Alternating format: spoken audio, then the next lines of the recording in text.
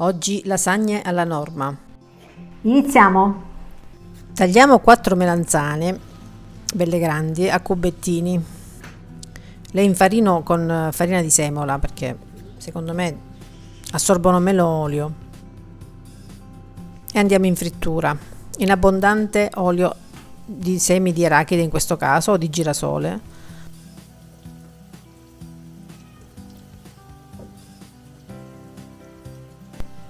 Le friggiamo poco per volta. Quando saranno belle dorate così le scoliamo su carta assorbente.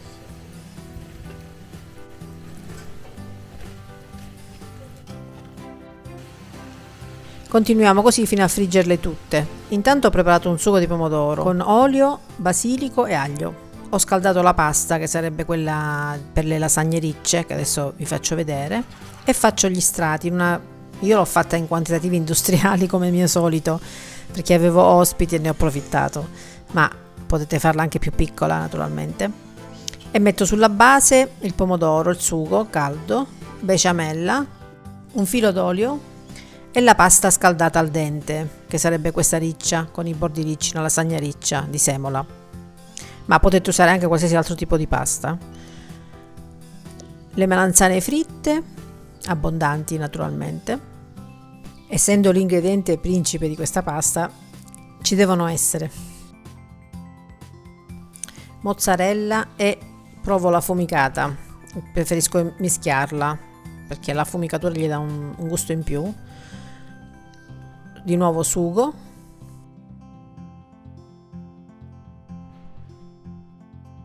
besciamella. Ti lascio il link in alto a destra dove puoi trovare la ricetta della besciamella. E formaggio parmigiano o grana grattugiato. Non può mancare la ricotta affumicata o salata.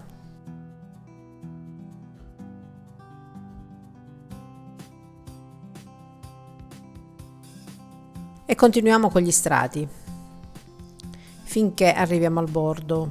A me piace bella alta, poi regolatevi voi con gli ingredienti che avete a disposizione, se farla più alta o più bassa, però almeno 4 strati ci vogliono. E ripetiamo tutto. Il secondo strato,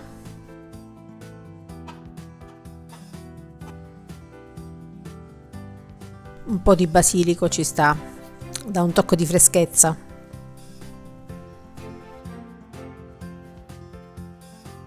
Già i colori sono bellissimi.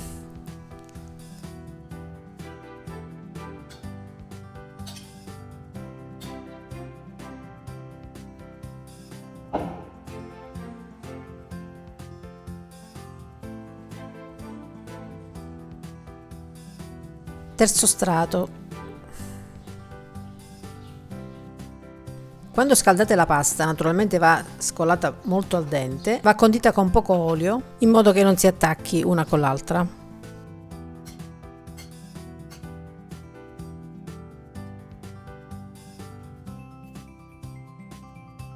Quarto strato. Quinto strato di pasta.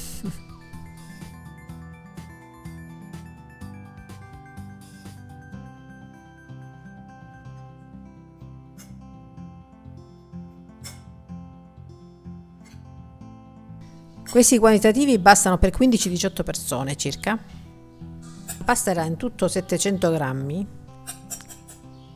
Chiudiamo con la besciamella, il pomodoro abbondante,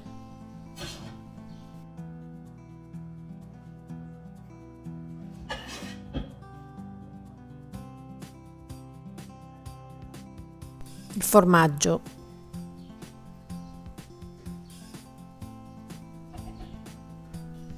basilico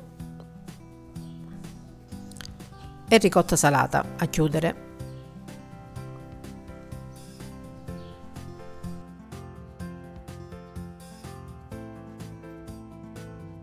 Chiudiamo col coperchio e inforniamo o con la carta stagnola 180 gradi statico o ventilato per 30-35 minuti circa. Pronta. Beh, molto invitante, devo dire, molto appetitosa. Buon appetito!